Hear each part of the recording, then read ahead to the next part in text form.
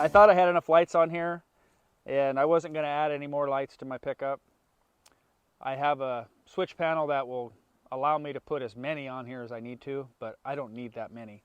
But I had this company here with this 7-inch LED, Suparee. They reached out to me and wanted me to do a review on these, and I'd be a fool not to. Free lights. And so far, after I opened them up and got to looking at them, I'm not disappointed in the appearance. It's got really good cooling fins on it. This is a die-cast aluminum housing. They're 7-inch with multi-features. So I'm figuring I'm going to mount these right here on the front of this. I actually added a tab to my bumper to mount these, and I'm going to put them right here. I am going to get rid of these little guys, and I'll use the wiring from these to wire these in. And I might have to add another string of wires because this has multi-features. This has like a spotlight in the dead center. They call it a laser. But that'll be really nice, and then you can just turn on the outsides or all of it. So you could just wire it up where they all come on or split it up. So I'll have to run some other wires, but I'm going to put these like right on here on these brackets. They should sit back behind the guard or behind the bumper here where they're not going to get busted off or abused. And we'll get them thrown on there, get these taken off.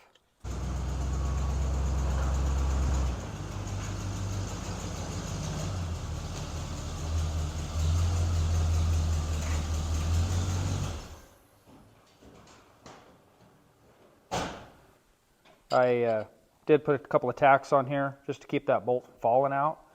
They don't have to be strong enough to keep it from twisting because it has these tabs right here to do that. So those are just to hold the bolts in place.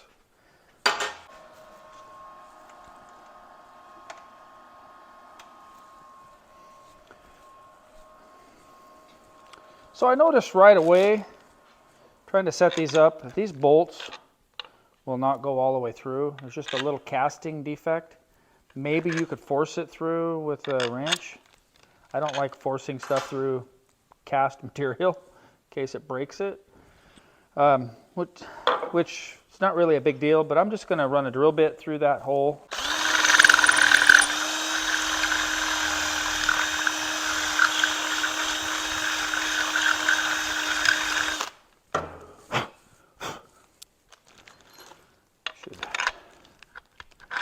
Yeah, it's trying. I can get it in there without worrying about it now.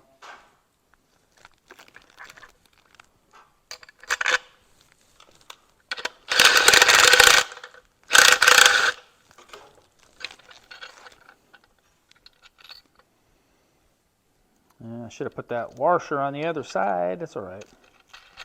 It's okay. Not going to get a lot of abuse here. Okay. I'll go throw these on.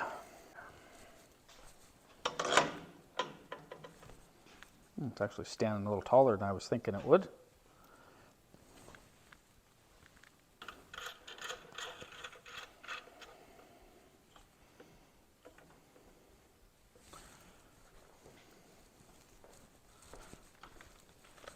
Can I get that up there? Yeah.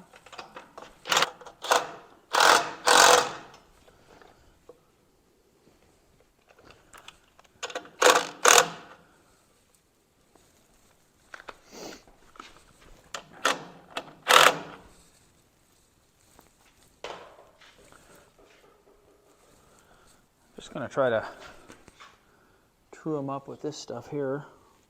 Oh. Now these lights here that I'm taking off, they're a pretty decent light. Little guys, but they put some yellow light out there for you. We were running around in the snow there at one point, and that yellow light really makes a big difference in the snow. I'll cut the wires on these, get these out of the way, and use those wires, wire these to there. I just decided I'm going to go ahead and wire both of these separate so I can have more options. Be fun. I got a switch panel for it, so I might as well use those switches.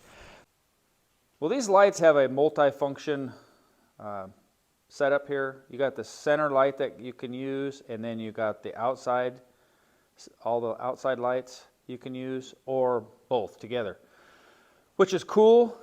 They do work that way, but I've got one of these MIC tuning switch panels. There's lots of different varieties, styles of them, but I think I'm getting feedback through the system because you use the same ground for basically a high beam or a low beam, and I'm getting some sort of feedback in here, and they won't work properly. I'm getting one or all.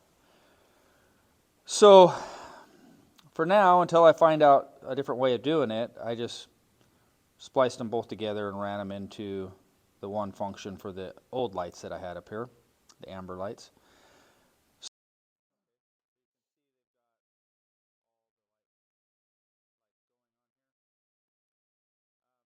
Okay, I think I figured out what was going on. These switch panels that we're using here, this one's MIC tuning. There are a lot of other brands, similar styles.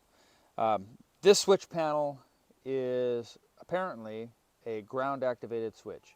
Now there are ground activated and power activated switches available in these series of this style. So be aware of that.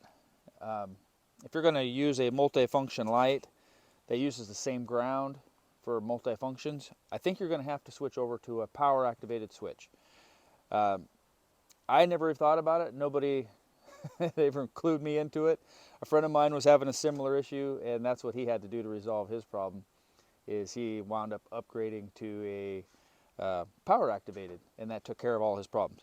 Otherwise, I don't have a problem running both these functions on one wire. It just would have been kind of cool to have them split. So anyhow, just be aware. If you're going to buy, do a little research and see what you need.